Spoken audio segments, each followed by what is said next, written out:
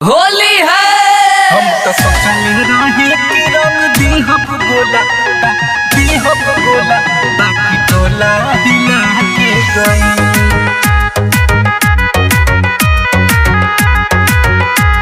हिला के गई। होली है। टोला हिला के गई। सबके पुआ खिला के गइल, सबसे दुआ लेके गइल। हम तो सोचले रही कि रंग देहब गोला बाकी टोला हिला के गइल। हम तो सोचले रही कि रंग देहब गोला बाकी टोला हिला के गइल। हम तो सोचले रही कि रंग देहब गोला बाकी टोला हिला के गइल। होली है।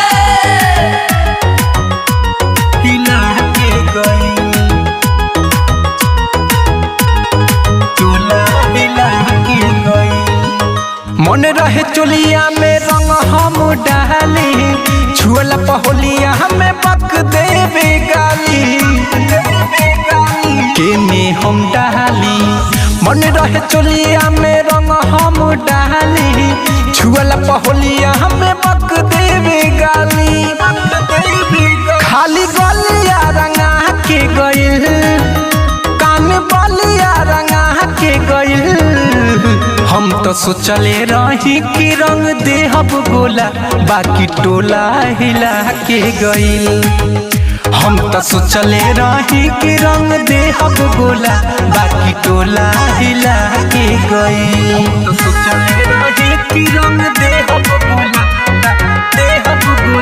बाकी टोला हिला के गइल। होली है। टोला हिला के गइल। तोबारे जी कहले कि रहे ओकर धंधा, परदीप बाबा से बात करे गंदा। काम भइल बंदा।